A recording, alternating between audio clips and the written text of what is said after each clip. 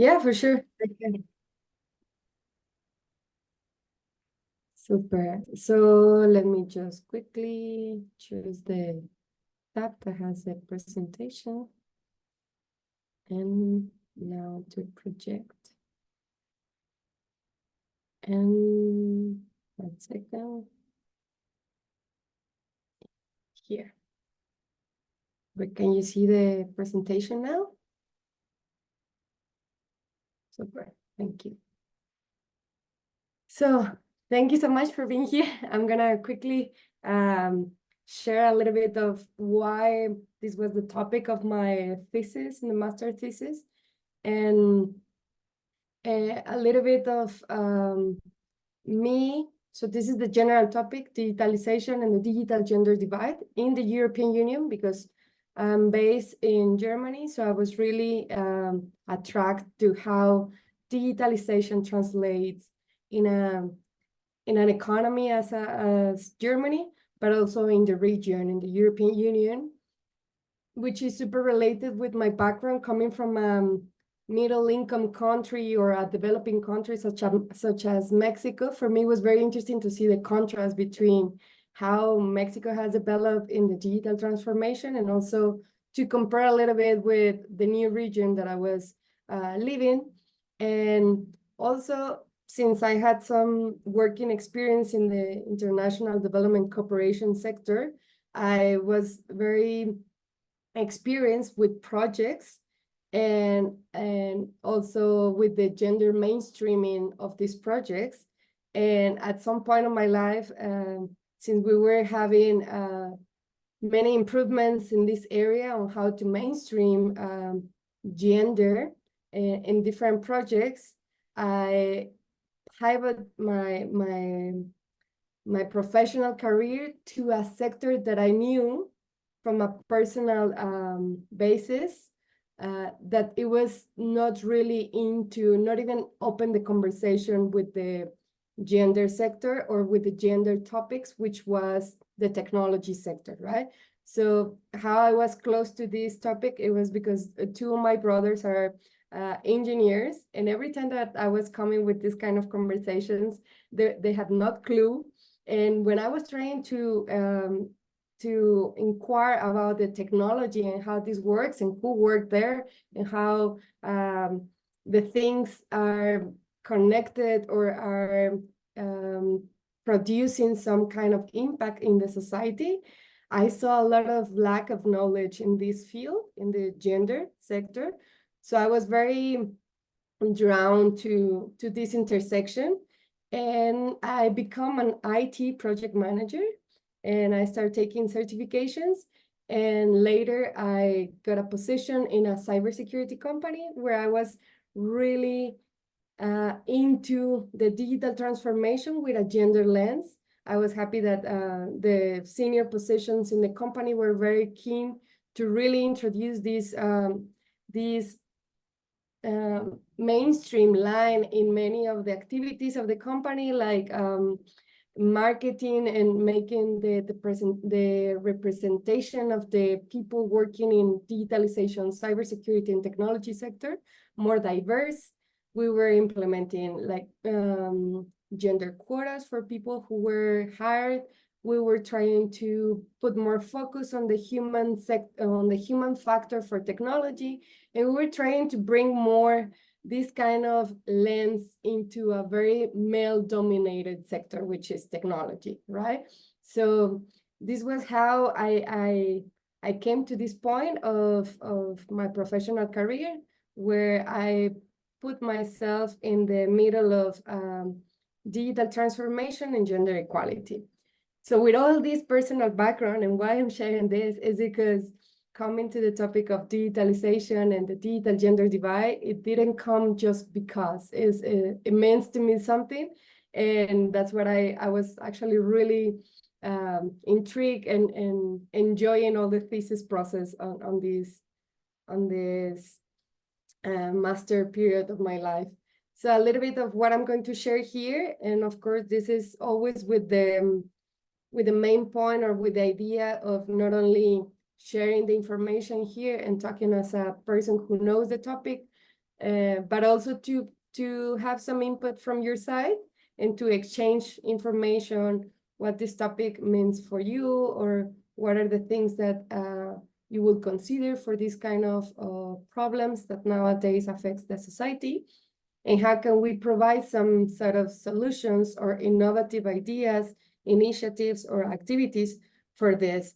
So we will start with the concept just to give us some context, and later we will talk about some examples of what does digital gender divide mean, or where are we approaching when we talk about this concept. Then I will introduce what is the main political framework in the European Union level, which is called the Digital Decade Strategy, which includes many other things that I analyze to see how they could affect or contribute or just probably provide some benefits to this situation of the digital gender divide. And later we can probably start a group discussion with some questions.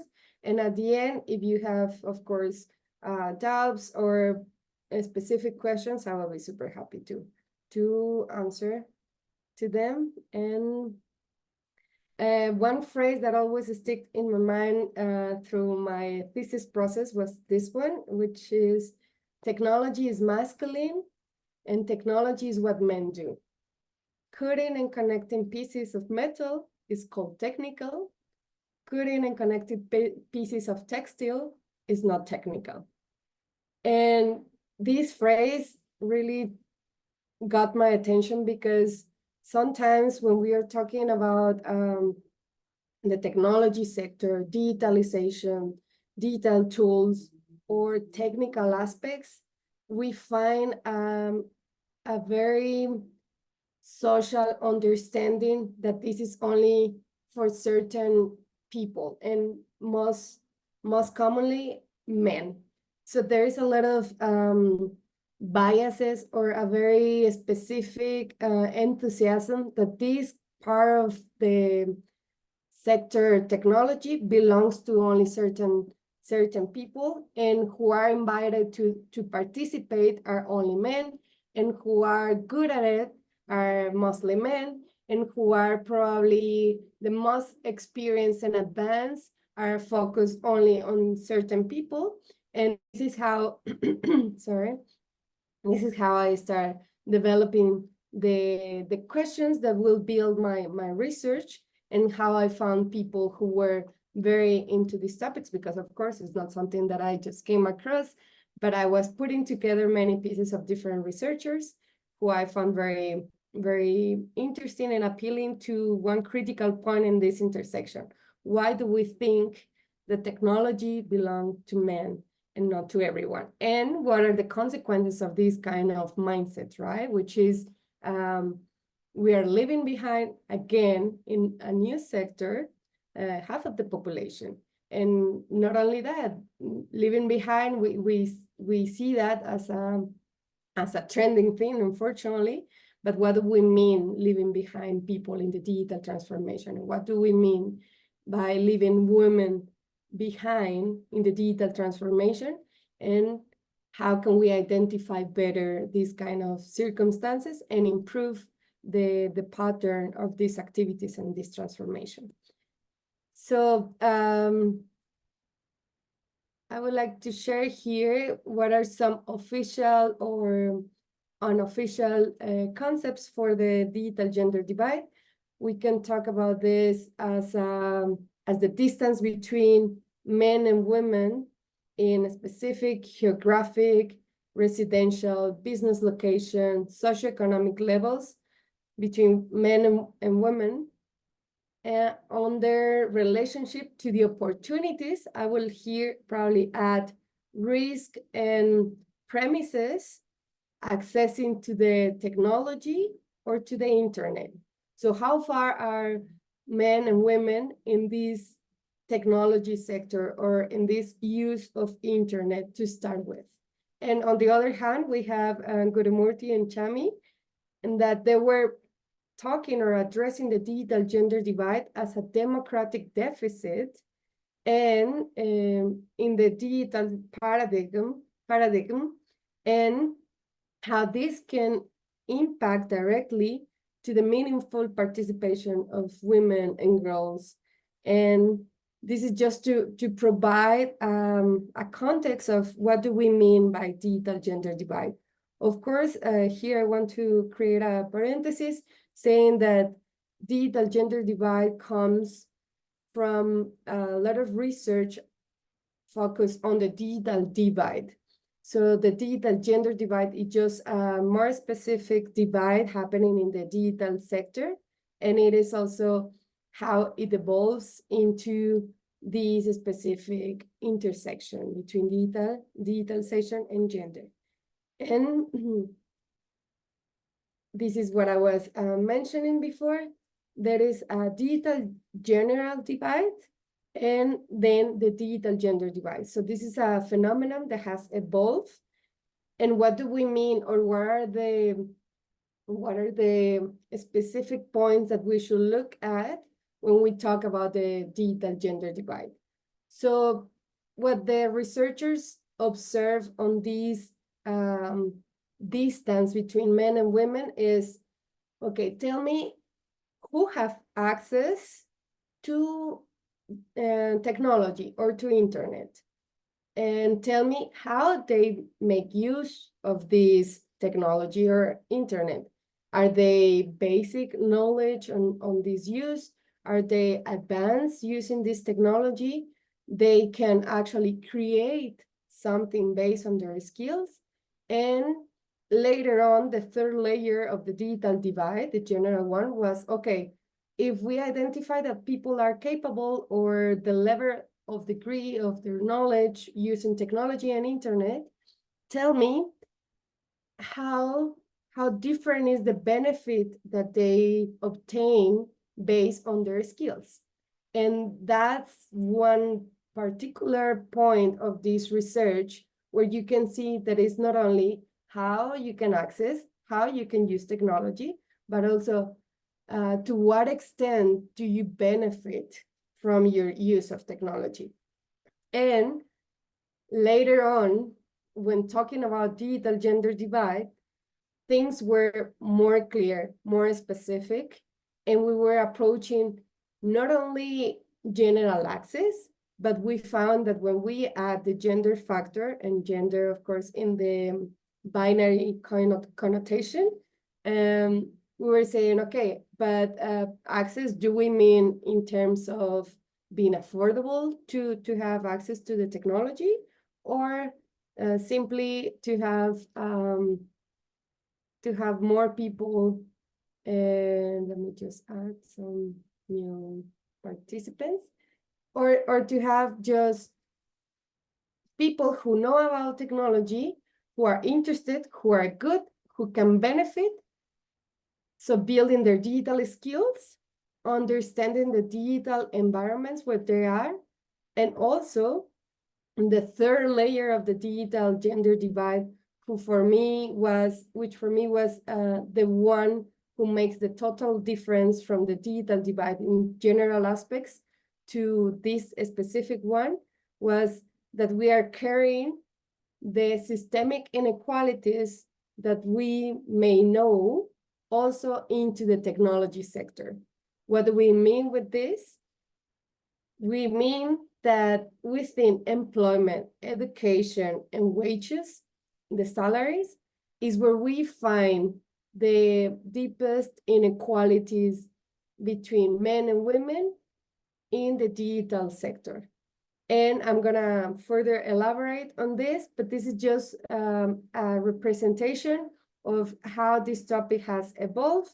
We part from the general concept, and then when we add the gender sector, the gender lens, we can see that the inequalities can have more specific names, or can have like more specific identification of the problem. And here's where my research started having a really good development, because of course part of my methodology was to implement a gender impact assessment that I will due to the lack of time, I will probably not go into detail on that part, but it is where we identify that in the European Union level, we find the most inequalities, because in different countries, we can be in probably addressing just the first layer of the digital divide, which is we are trying to make everyone here in Mexico, for example, to have access in the way of affordability and usage to technology. But here at the European Union, we're talking about how unequal is the employment situation, how unequal is the education situation, and how unequal is the salary gap, right? Or how big is the salary gap?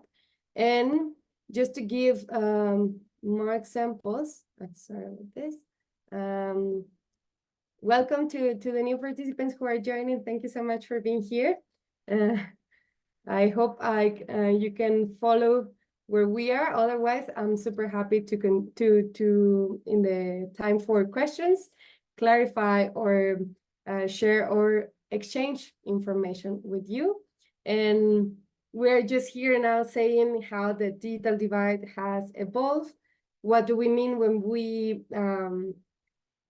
talk about the digital gender divide? And here are some examples on what do we really can divide the 3 layers of the digital gender divide, right? So we're talking about the distance of men and women in access, talking about affordability, how do they use information communication technology for home-related purposes. Let's say they're looking for health information, they're doing doctor appointments, or how far they are when they are using ICTs for political purposes, right? Who really have access to electronic votes, or who really have access to follow up on some democratic surveys or participation in their country using or having access to the technology and to the internet.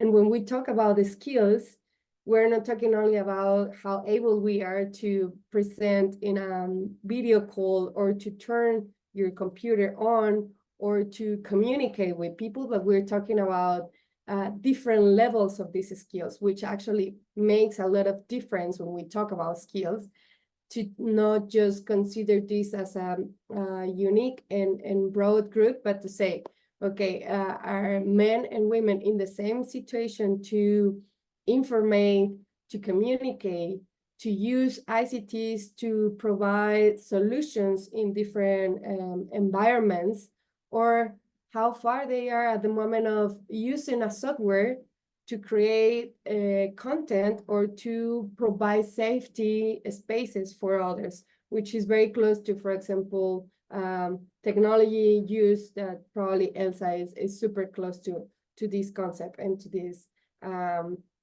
use and skills needed to provide this kind of services using technology.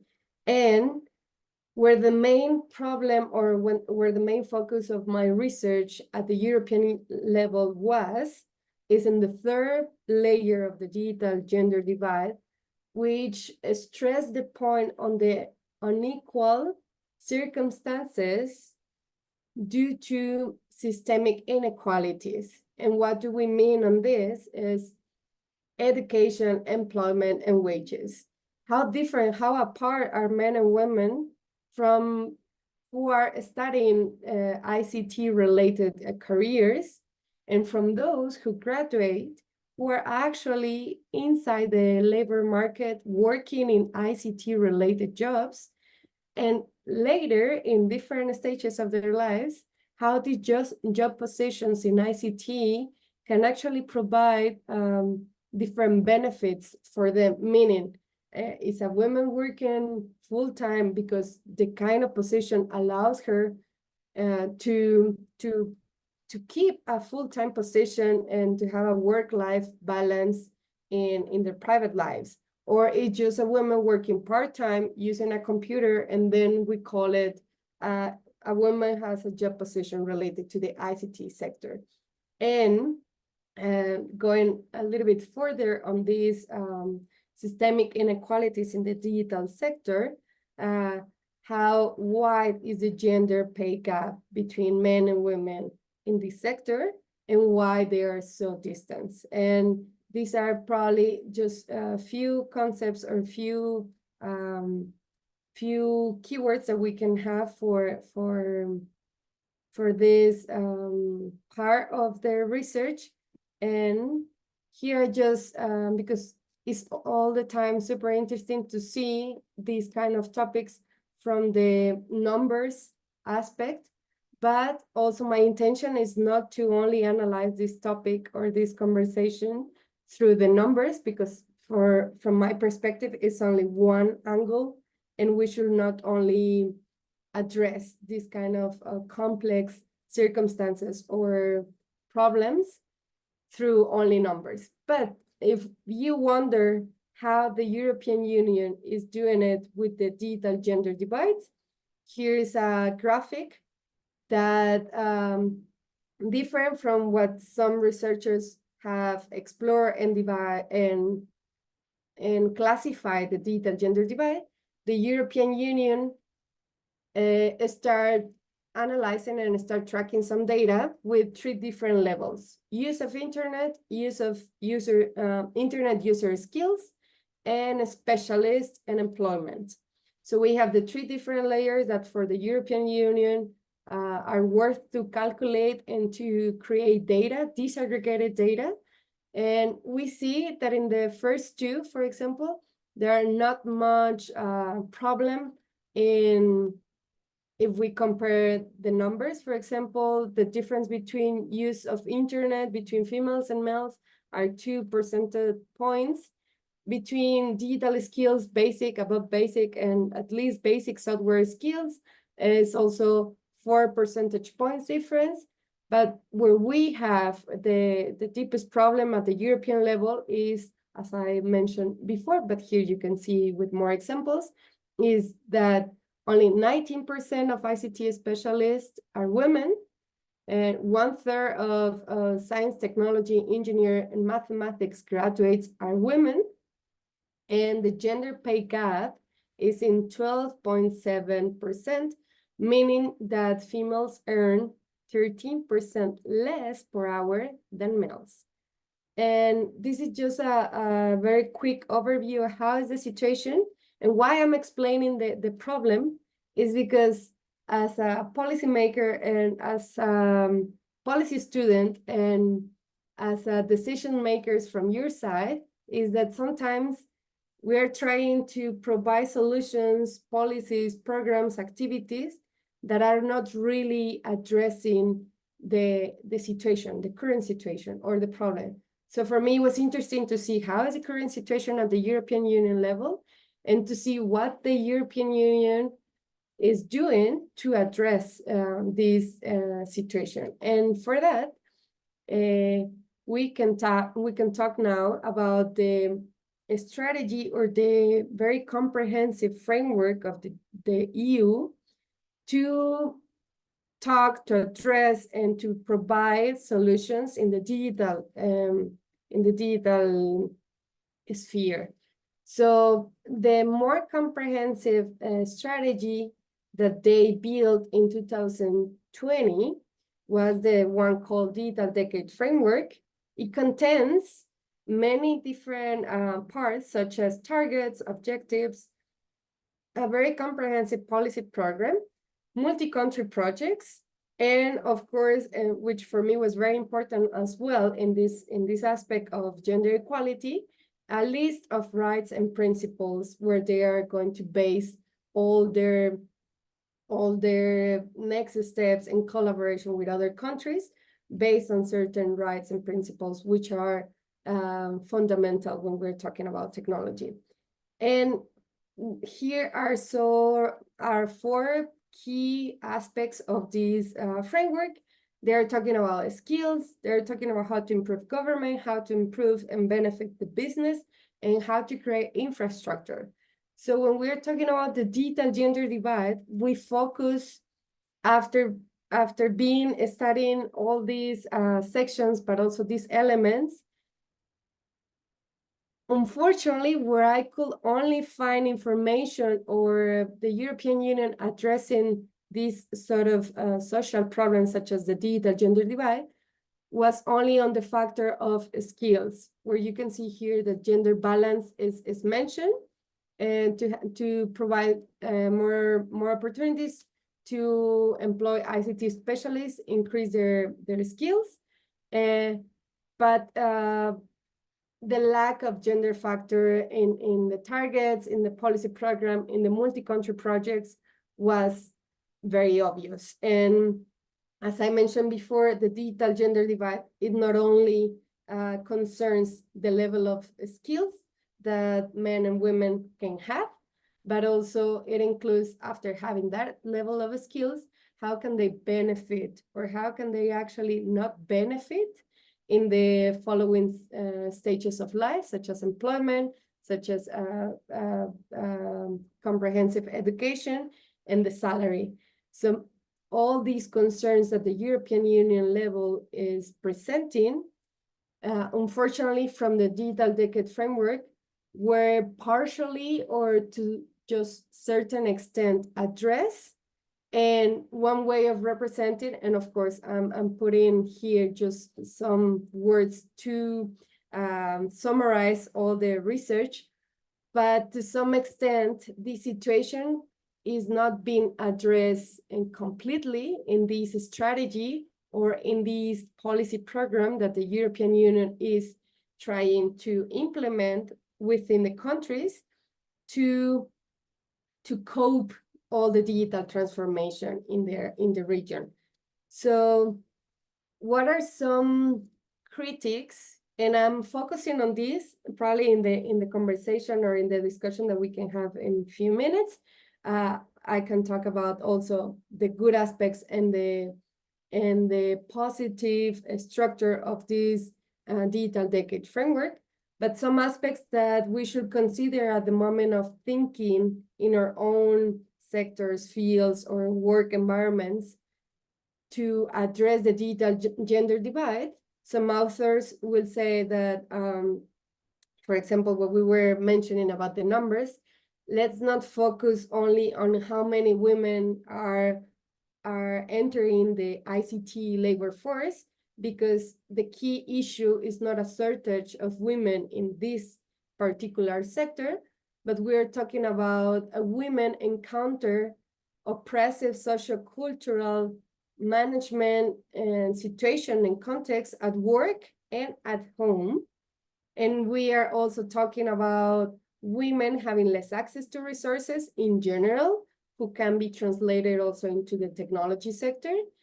We're talking about women being not recognized for their expertise once they have entered to this sector. We're talking about how women are the main target on violent online content language when they enter to this sector. We have also different authors such as Hilbert, who says that the lack or the big distance between men and women in the technology sector is directly related to their adverse work, education, and economic circumstances. And they have run different research to prove that once women have these contexts or these situations, economic situations, work situation, and education covered, they are actually even more active consumers of digital technologies than males. So what is leaving behind probably is that we are not also tackling or addressing the systemic inequalities, and we are also just dragging all of them into a new sector, which is developing super fast, and we have probably not been able to address in a comprehensive way these unbeneficial circumstances for women. And we have also different actors who have said that women face these kind of disadvantages or unfavorable conditions, not only in school, but also when they are trying to find a job, when they have already the employment, once they have access, they remain in entry positions, and to level up or to be promoted is quite difficult because, of course, the male-dominated sector and all these social barriers that I have mentioned put a very high bar or high expectations or biases who probably are the problem or the difficulties for women to increase in more senior positions in the technology sector. And what do we mean when we mention that women face unfavorable conditions in the technology sector and once they enter to the labor market? So we're talking about prejudices, cultural hurdles. We're talking about very different situations in the social benefits. For example, the lack of maternity leave, parenthood situation, different levels or coverage in your contracts, because probably there are more opportunities for women to enter to the labor market, but the level of benefits when you are part of the outsourcing contract is different from other kind of contracts that they offer. And of course, it's a male-dominated occupation, male aggressions, harassments, and poor self-esteem to actually being recognized of all your expertise or benefits. And with this, I think I've been talking quite a lot.